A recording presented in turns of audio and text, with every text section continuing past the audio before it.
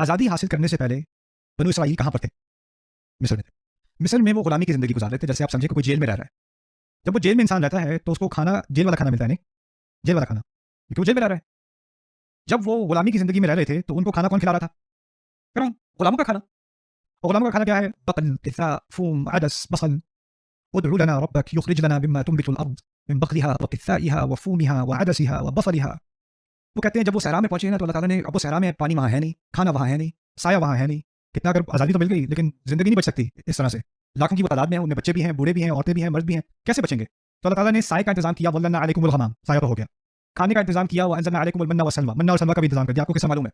अब पानी रह गया तो पानी का क्या इंतजाम किया? फनफजरत मिन्हु इस्नता अशरता ऐना, 12 जो है वो फुआरे निकल आए पानी के, राइट? अब वो जो पानी के निकले छूटे और 12 कबीलों के लिए 12 पानी के स्टेशन बन गए। अब उनके पानी का भी इंतजाम, खाने का भी इंतजाम, साए का भी इंतजाम। तो अब वो आराम से आज़ादी में ज़िंदगी गुजार सकते हैं, ठीक है।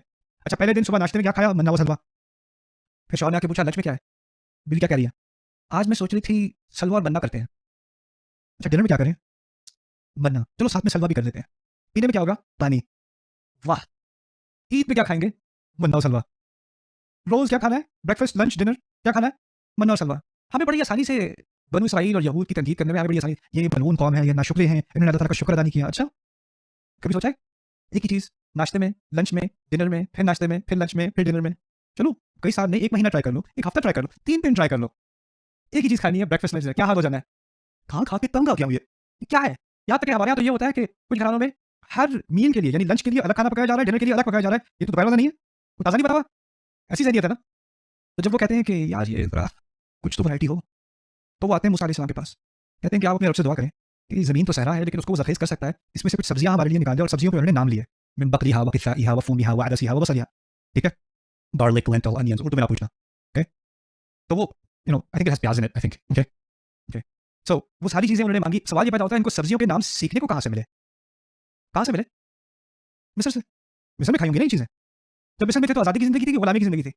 आप इस तरह सोचो कि कोई जेल से निकले, जेल में 20 साल उसने गुजारे, जेल से फाइनली उसको आज़ादी मिली और आज़ादी में पहले दिन कहते हैं यार वो जो जेलर खाना खिलाता था ना वो याद आ रहा है।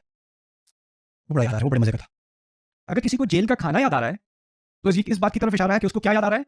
जे उसको आज़ादी का ज़ायका इतना पसंद है जिसको जितना उसको गुलामी का ज़ायका पसंद है। उसको अपनी आज़ादी की कदर नहीं है कि उसको गुलामी वाला खाना याद आ रहा है।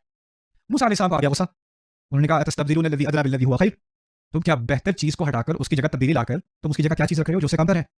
तुम ऐसे, यानी वो सिर्फ खाने की बात नहीं कर रहे थे, इशारे में किसकी तरफ बात कर रहे थे? आज़ादी और गुलामी की। तो कहते हैं इहबितू मिस्रन, इहबितू नीचे उतर जाओ इस किसी नई जगह पर। और किसी नई जगह के लिए क्या लफ्ज़ इस्तेमाल किया? मिस्रन, जो जानबूझकर किस लफ्ज़ के बहुत करीब है? मिस्र के। और ये मूसा अलैहिस्सलाम की तरफ से तंज़र इस्तेमाल किया, तंज़िया कलाम है। फिर उन्होंने कहा तुम्हें तो लगता है कि एक और मिस्र की ज़रूरत है, तुम्हें वही पसंद है, तुम ऐसे किसी एक और मिस्र में पहुंच जाओ तुम।